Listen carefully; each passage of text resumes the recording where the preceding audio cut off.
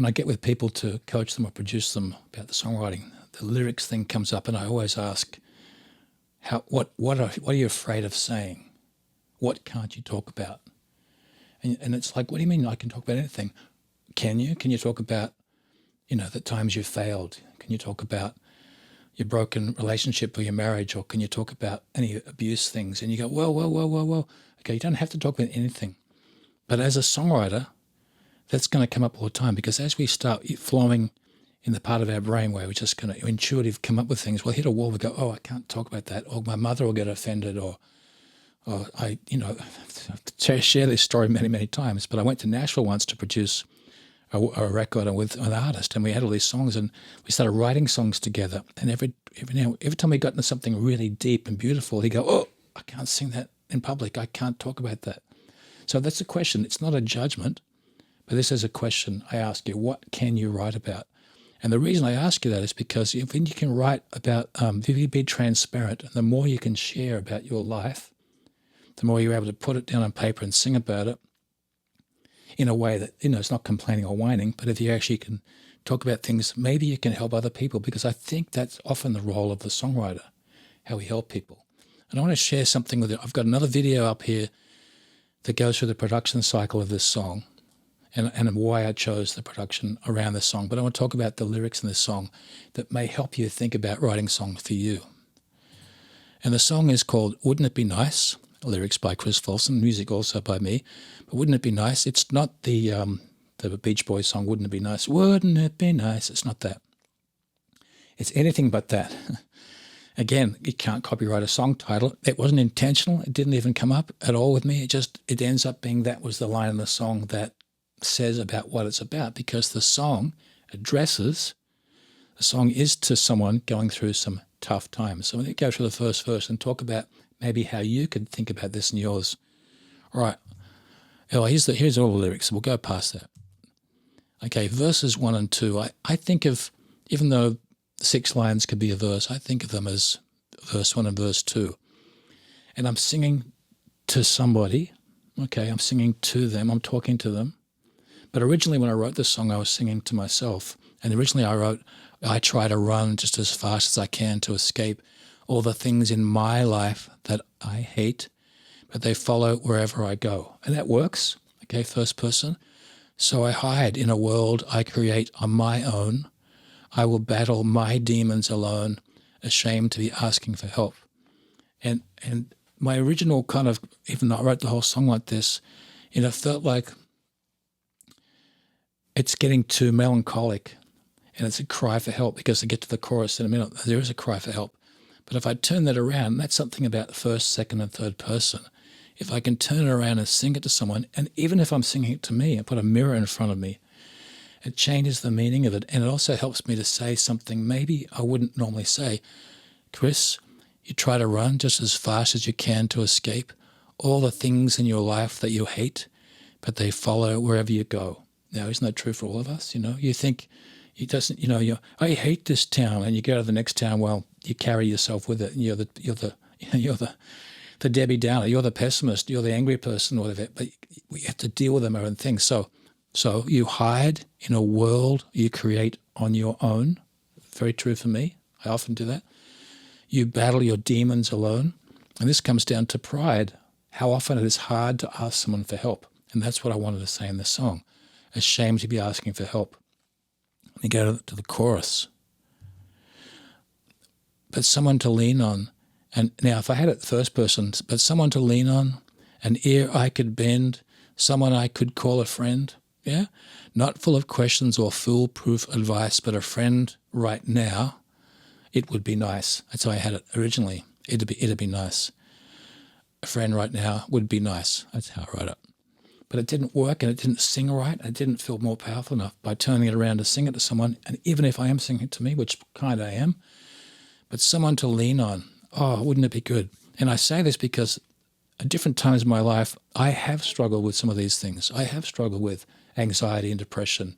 It's hard to believe someone so bubbly and warm as me, but I have. And working through them allowed me eventually to write about it.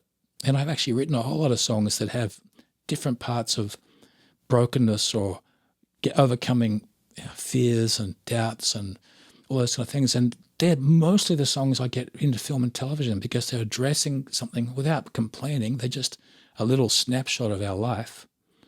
And that's what this is. But in my worst times, one of my worst times when I was going through the worst anxiety I went through my life, and I won't bore you with the details, but a lot of stuff happened to me at once. Like a bus hit me, an emotional bus hit me. I couldn't stand up, couldn't do anything. And if it wasn't for my friends who helped, and this one particular day I was standing outside this house, didn't know what to do, and I called this one particular friend who happens to be a counselor, and I talked to him. This is what I'm going through, and this is what I'm trying to do to overcome it. And at that time, I was trying to get into therapy, like everybody in LA, but I really needed, my doctor told me to go and see a therapist, and I couldn't get one because they were booked up. There's so many crazy people there are around me. I couldn't get a therapist, and I was worried. So I called my friend, and I told him what I was doing to get through it. And one of the things I was getting through was just sitting down at the keyboards, getting guitar and singing for hours at a time and getting quiet and meditating and being still. And he said, "You're doing a good job." But I needed him to tell me that. So that's what this is, but someone to lean on, an ear I could bend, an ear you could bend. Someone you could call a friend, not full of questions or foolproof advice. How often is it when someone says, I told you not to do that. What you don't need when you're in trouble is someone going, "I told you. See, it serves you right." No, we need. So that's as the songwriter. Can you write something? Could you write something that you'd like to be written to you? Can you love your neighbor as you'd like to be loved yourself? Could you write a song that doesn't go, "I told you so"? Okay, that's what that chorus is. Let's go to the next verses. Again, I'm talking to myself different times in my life when I try to wash my troubles away with red wine or whiskey or anything I could get my hands on, right? I confess. I'm not afraid of confessing. It is what it is. But try to wash all your troubles away with red wine, just to wake in the morning to find more troubles than you had before. That's just the truth in life. Okay, if you're taking pills or medicine, or if it's pornography you're addicted to, whatever you're addicted to, and you think, "Oh, I feel better now, but tomorrow doesn't change anything." Okay, and so I never had this too much, another pill or another packet of cigarettes, but a lot of friends have. So when I started writing this, I took it away from having to be about me, because the song now can be more about lots of people. And I have lots of friends who have this situation, another pill and another packet of cigarettes, and anything now to help you forget that you're in this black hole again, which is like, if you've ever been in anxiety and depression, it is a black hole, like a black dog, people say, a black hole you cannot get out of. You cannot get out of. And we go to another chorus, and then we go to a bridge. And a bridge always, to me, if I need a bridge, so every song doesn't need it, but a bridge has I think it's a pause. It's a breath. It's a different perspective. It's like sitting back, you've got the verse, you've got the chorus, and a bridge just steps back and goes, there's one more thing I want to say to you. And that's what these lyrics were. You think you hide it well. And that's what I thought I did, right? When I was really going through a bad season of depression. Because I playing on stage. I was leading worship in churches sometimes. I was doing everything I could. And I had the show must go on. And when I finally came out and didn't care anymore, so I had to overcome my ego, I didn't care anymore. And when I started sharing about this, the most people said, "Get out of here. You, of all people," because I am known, my music tends to be peaceful. That's all. I like taking this into tough environments, and I like writing songs that have kind of a peace thing about them. But the thing is, when you hide it well, you're just hurting yourself. So I could write this with full confidence, knowing this is important. You think you hide it well, that no one close can tell, right? That's a lie. But you're lying to yourself, and you're crying out silently for help. And that's very true for me. I cried out silently. I just didn't have the confidence, I wasn't brave enough for a long time. And a part of why for me was like because of how I grew up in my family, and I was afraid to become like other people in my family who were just dependent upon painkillers, and I didn't want to do that. And also I was very afraid of losing the creative urge, which other friends who had been on medication. So all these fears, right? And that's why I say at the beginning, what are you afraid of? And so overcoming our fears makes us a better writer, a better songwriter, a better person, a better friend, okay? We have more grace for other people once we address our own issues. I'm not afraid to do it, okay? Crying out silently for help. Let me play you while we're on this thing. I'll come back to the last verse in a minute. I'll play you in here. I'll play you the bridge. I'll play you the chorus, and I'll go through and into the bridge. But someone to lean on, an ear you could lend, someone you could call a friend, not full of questions or foolproof advice, but a friend like me right now. Wouldn't it be nice? Yeah, you think you hide it away, and that no one close can tell, but you're lying to yourself, and you're crying out silently for help.